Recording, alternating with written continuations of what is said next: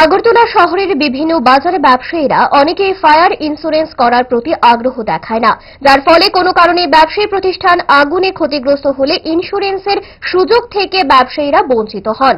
মহারাজগঞ্জ বাজারের আগুনে ক্ষতিগ্রস্ত সবজি ব্যবসায়ীদেরও কোনো ইন্স্যুরেন্স নেই।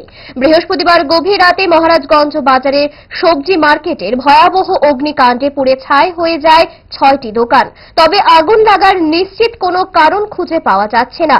শুক্রবার প্রশাসনিক টিম নিয়ে আগরতলা পুর নিগমের ডেপুটি মেয়র মনিকা দাস দত্ত এবং ওয়ার্ডের কাউন্সিলর রত্না দত্ত বাজারে ক্ষতিগ্রস্ত দোকানগুলি পরিদর্শন করেন এবং ক্ষতিগ্রস্ত ব্যবসায়ীদের সরকারি সাহায্যের আশ্বাস দিলেন। দেখুন ডেপুটি মেয়র কি বলছেন। ওনাদের এখানে প্রায় 6টি দোকান আগুনে জলে পুড়ে যা ছিল, ভিতরে দোকানের সামগ্রী যা ছিল, দোকান পাশের যে 6টা দোকান কাছাকাছি ছিল, দোকানগুলো আগুনের জলে বসে গেছে। আমরা এসেছি, দেখেছি ওনাদের ইন্স্যুরেন্সও নেই দোকানের, সেটাও আমরা ওনাদের কাছ থেকে জানতে পারলাম। এখন তহসিল এবং ডিসিএম থেকে এসে সকালে দেখে গিয়েছেন ওনারা। সরকারিভাবে যে সহযোগিতা করার ওনাদের, সেটা তো সম্পূর্ণরূপে করাই হবে।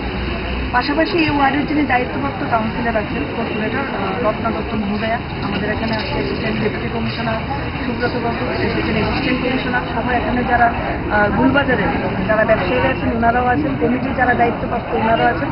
সকলের উপস্থিতিতে আমরা এরকম বলতে পারছি যে এখানে নিশ্চিত কোনো কিছু কারণ দেখানো যাচ্ছে না যে কি কারণে আগুনটা লেগেছে, কিন্তু যাই হয়েছে সম্পূর্ণ সেই ব্যবসায়ীদের বিশাল ক্ষতি হয়েছে। সরকারিভাবে যে সহযোগিতা তা অবশ্যই করা হবে এবং রত্নাদের দায়িত্বে তদন্তক্রমে আমাদের এএমসি থেকে আমাদের যতটুকু ওনাদের করার আমরা অবশ্যই ওনাদের পাশে আছি, সেটা আমরা ওনাদেরকে আশ্বস্ত করেছি। এবং আগামী দিনের জন্য ওনারা যেন প্রত্যেক দোকানদাররা ওনাদের দোকানের ইন্স্যুরেন্সটা করে নেন, সেই কথাটাও আমরা ওনাদেরকে বলেছি।